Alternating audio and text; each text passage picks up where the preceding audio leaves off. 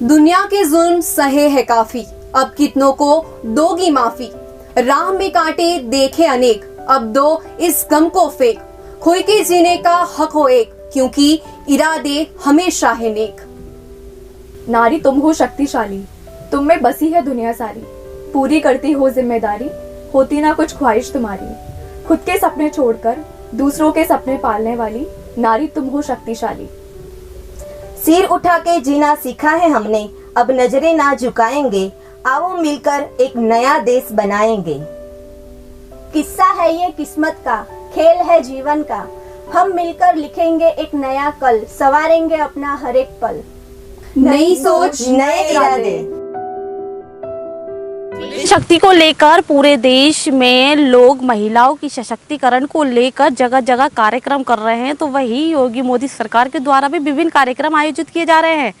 तो वहीं मुरादाबाद में भी जगह जगह सामाजिक लोग भी अपने कार्यक्रम कर रहे हैं और महिलाओं को सशक्तिकरण के लिए, महिलाओं की रक्षा के लिए विभिन्न प्रकार की योजनाएं भी चलाई जा रही हैं और विभिन्न प्रकार के मुद्दे भी उठाए जा रहे हैं। इसी को लेकर आज हमारी एच भारत की टीम ने एक कार्यक्रम आयोजित किया है कि नारी के नाम एक शाम। उसी को लेकर आज हमारे साथ मुरादाबाद के मशहूर कवि, कवियत्री और समाज सेवी लोग मौजूद हैं। आज हम इनसे बातचीत करेंगे और ये अपने हिंदी साहित्य के विचार हमारे चैनल के माध्यम से जनता तक पहुंचाएंगे। हमारे साथ मौजूद हैं सर्वप्रथम आगे पंक्ति में खड़े हैं ईशांत शर्मा उर्फ ईशू जी, ये हिंदी साहित्य से साहित्यकार हैं। और हमारे दूसरे में खड़े हैं शिवम वर्मा जी, ये भी हिंदी साहित्य में हैं। और तीसरे स्थान में हमारी खड़ी हैं कशिश चौहान जी, जो कि एक समाज सेवी हैं और भी ये कार्य करती रहती हैं समाज के लिए।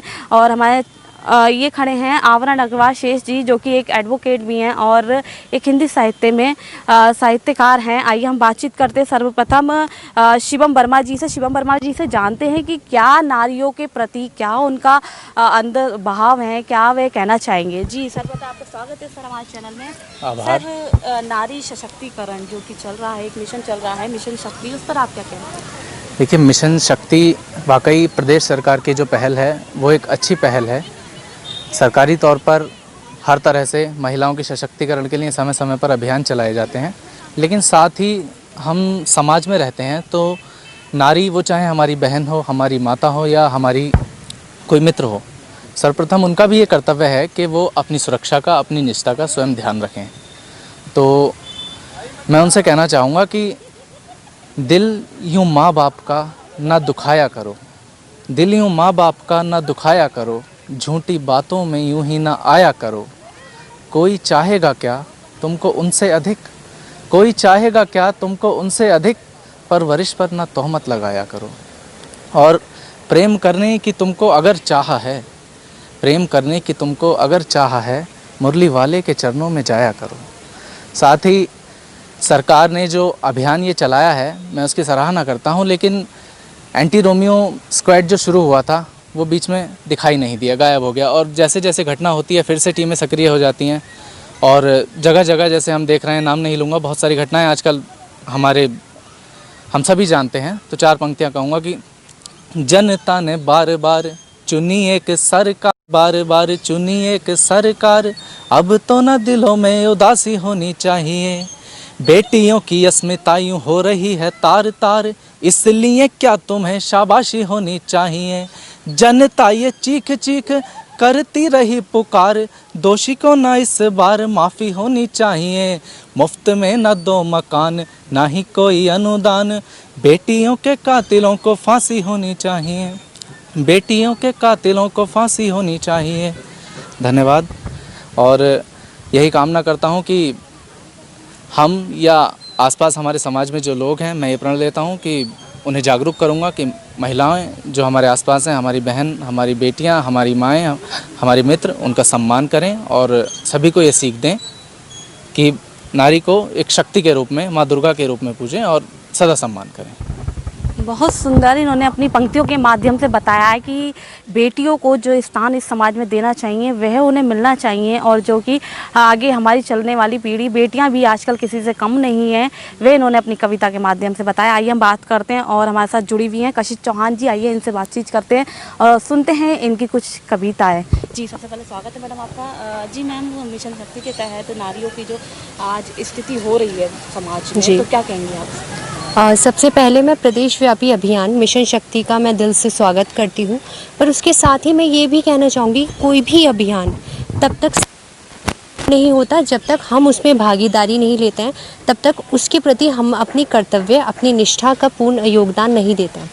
अगर हम देशवासी हैं तो ये हमारा भी कर्तव्य होना चाहिए कि देश की हर एक माँ, बेटी, प्रत्येक नारी के प्रति हमारे भी कोई कर्तव्य है और हमें भी उनके प्रति अपना कर्तव्य निभाना है।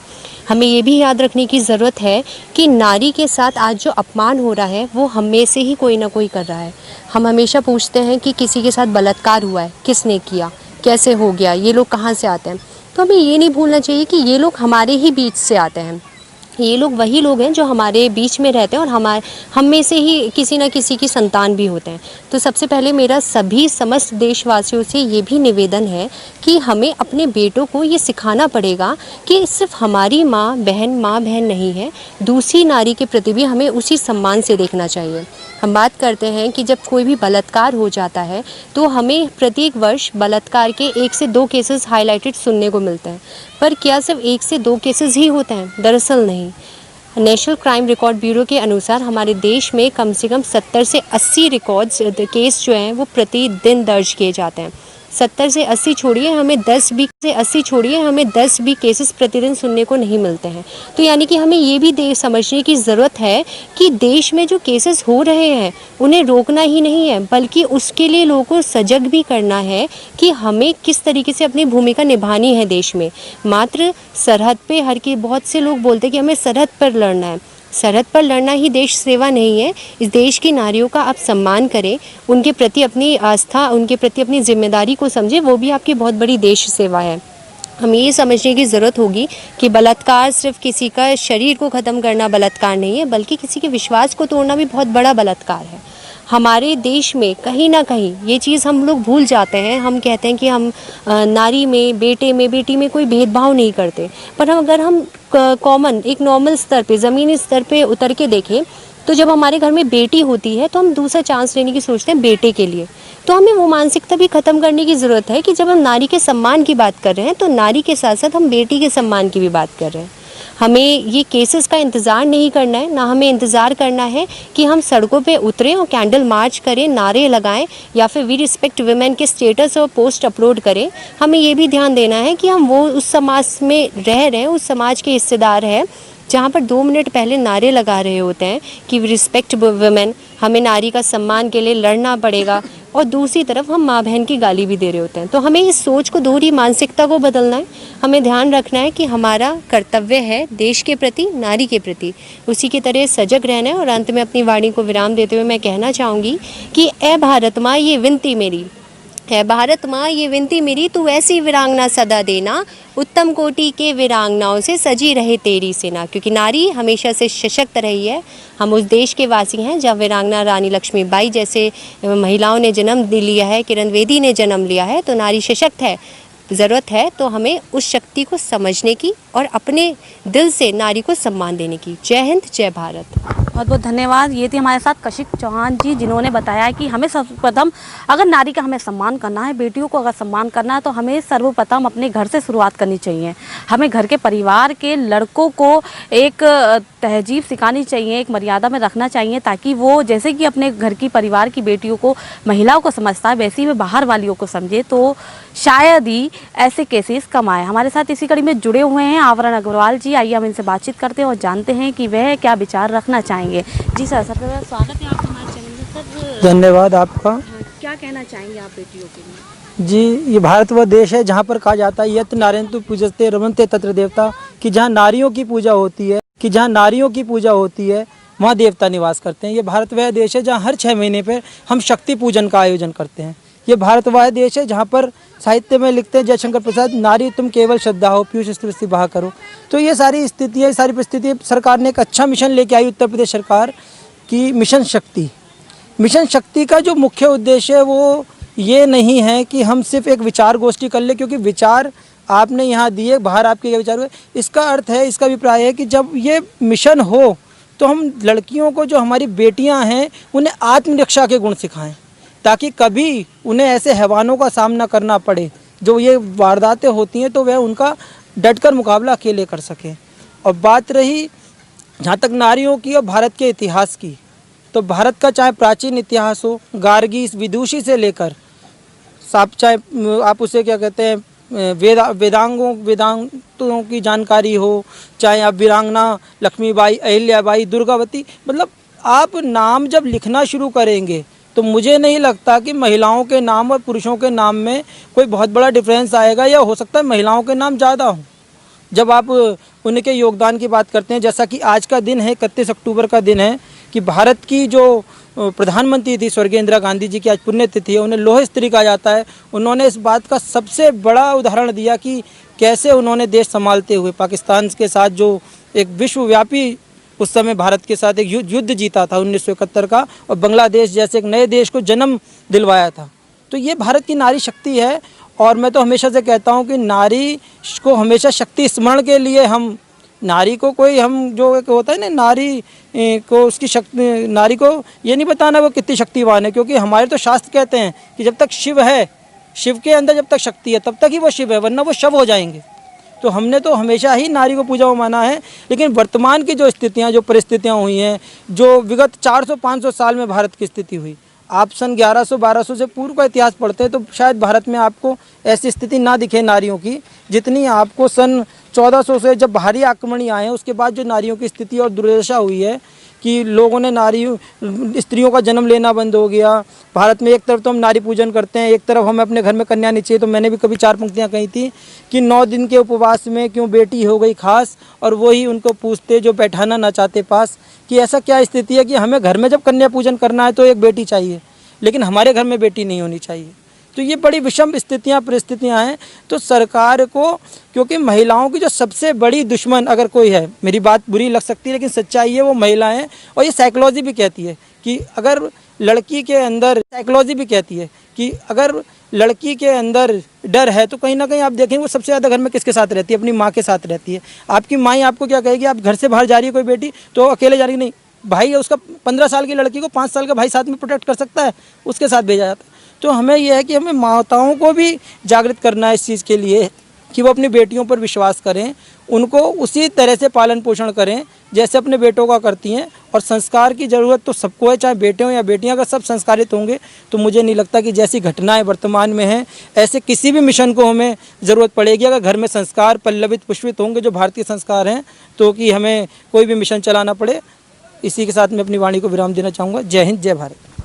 ये तो हमारे साथ अधिवक्ता आवरण अग्रवाल जी, जिन्होंने बताया कि हमें अपने परिवार में माताओं को भी सजग जागरूक करना होगा कि अपनी बेटियों पर विश्वास करें। और बेटियां यदि जा रही हैं तो ज़रूरी नहीं कि 5 साल का या 4 साल का बेटा उनकी रक्षा करेगा, या तो वह खुद जाएं या फिर अपने पिता को, उनके पिता को द्वारा उन्हें भेजें, वरना फिर लड़कियों को इतना स्ट्रॉन्ग बनाएं कि ताकि सामने वाला उंगली न उठा सके। इसी कड़ी में हमारे साथ आज मौजूद हैं ईशान शर्मा जी, इनसे भी हम जानेंगे कि इनके क्या विचार है बेटियों को लेकर।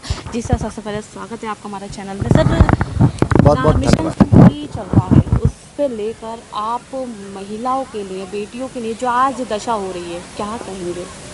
सबसे पहले बहुत बहुत धन्यवाद एच भारत की टीम का, जो आपने एक इतना अच्छा एक जागरूकता अभियान आपने चलाया है और सरकार के साथ मिलकर के इस प्रयास में लगे हुए हैं कि जो आज नारियों के सुरक्षा के लिए, नारियों की शिक्षा के लिए बहुत सारी ऐसी समस्याएं हैं जिससे महिला उत्पीड़न भी है, बहुत सारी समस्याएं हैं जिससे नारी परेशान है।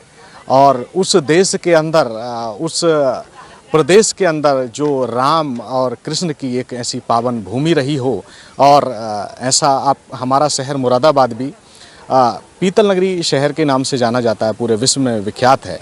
तो जैसा कि आपने एक मुहिम चलाई है, मैं इसके विषय में कहना चाहूँगा कि आपने देखा होगा कि विगत समय में कि नारियों पर बहुत सारे अत्याचार हुए हैं। उसमें देखा जाता है कि उनका उत्पीड़न थम नहीं रहा है। सरकार बेहद ऐसे प्रयास कर रही है कि उसको रोकथाम के लिए सरकार ने बहुत सारे कानून बनाए हैं, और उन कानूनों का अगर सही से पालन कर लिया जाए तो मैं समझता हूँ कि ऐसे प्यारे देश के अंदर कोई भी महिला के ऊपर कोई भी ऐसी हिम्मत नहीं करेगा कि उनको परेशान किया जाए, उनके साथ कुछ अत्याचार किया जाए, उनके साथ दुराचार किया जाए, ऐसा कोई भी हिम्मत नहीं करेगा। तो मैं साहित्य के क्षेत्र से आता हूँ, बहुत सारे हम लोग समय समय पर कविताएं मैं साहित्य के क्षेत्र से आता हूँ, बहुत सारे हम लोग समय समय पर कविताएं लिखते हैं, बहुत सारे ऐसे वक्तव्य अपने प्रस्तुत करते हैं। उसमें हम लोग देखते हैं कि आपने भी देखा होगा कि जैसे आप लोग सब मीडिया से हैं, तो मीडिया का जागरूकता में बहुत बड़ा एक अहम रोल रहता है। आप जितने भी कैमरामैन होते हैं, जितने भी न्यूज़ एडिटर होते हैं, सभी का बहुत अहम रोल रहता है। एक भारत के अंदर एक मानवाधिकार भी होता है। मानवाधिकार का अपना काम है कि जब किसी व्यक्ति के ऊपर किसी तरह का कोई इस तरह का दुराचार होता है तो मानवाधिकार के पास जाता है। महिलाओं के ऊपर अगर अत्याचार होते हैं तो उसमें महिला आयोग बना हुआ है हमारे यहाँ। लेकिन आपने देखो, क्या सारी जिम्मेदारी क्या मीडिया की है? क्या मीडिया जब पहुंचेगा तभी खबरों को दिखाया जाएगा? क्या असली जो समाज की तस्वीर है वो मीडिया के सामने तभी पेश होगी? तो ऐसा इस देश के अंदर नहीं होना चाहिए। हम लोग कलमकार हैं, हम लोग साहित्यकार हैं, हम लोग भी लिखते हैं, पढ़ते हैं, बहुत सारी घटनाएं हमारे आंखों के सामने होती हैं, लेकिन क्योंकि कानून अपना काम करेगा, हम लोग अपना काम करेंगे। कि मैं कलमकार हूँ कि मैं जो भी लिखता हूँ जज्बातों के साथ लिखता हूँ और उसको समाज के सामने प्रदर्शित करने का हर समय प्रयास करता हूँ। तो इस देश के अंदर ऐसा नहीं होना चाहिए। जब भी अगर महिलाओं के साथ अगर इस तरह का कोई घटना होती है तो उसका बहुत मजबूती से होना चाहिए। मेरी एक मांग और है आपके चैनल के माध्यम से, एक मुहिम और चलाई जाए कि ऐसा कौन सा दिन इस देश के अंदर आएगा जिस दिन पूरी रात संसद चलेगी बलात्कारियों को कानून बनाने के लिए, कि उनके खिलाफ एक ऐसा सख्त कानून बनाया जाए कि जिसकी मिसाल पूरे विश्व के अंदर हो, कि भारत के अंदर एक ऐसा कानून है कि जो महिलाओं को छेड़छाड़ और इस तरह की उनके साथ में जो हिंसा होती हैं उसको रोका जाए, उनको अच्छी शिक्षा दी जाए। हम कैसे समाज में उसको प्रदर्शित करते हैं, बहुत सारे विचार आपने लिए हैं, आप तमाम क्षेत्र में जाते हैं, आप खुद भी इस चीज़ को देखते हैं कि सामने वाला किस तरह से हमारे साथ पेश आता है। महिलाओं को जो सम्मान मिलना चाहिए, आपने देखा होगा कोई भी गलत घटना घट जाती है किसी महिला के साथ तो उसकी खबर बहुत जल्दी से आ जाती है कि वहाँ दुराचार हो गया, वहाँ उसके साथ बहुत गलत कर दिया। लेकिन आपने देखो कहीं महिला को सम्मान की बात आती है तो उसको इतने अच्छे से नहीं सराहा जाता, जबकि सम्मान सर्वोपरि होना चाहिए कि एक महिला को इस देश के अंदर बहुत सम्मान दिया जाना चाहिए।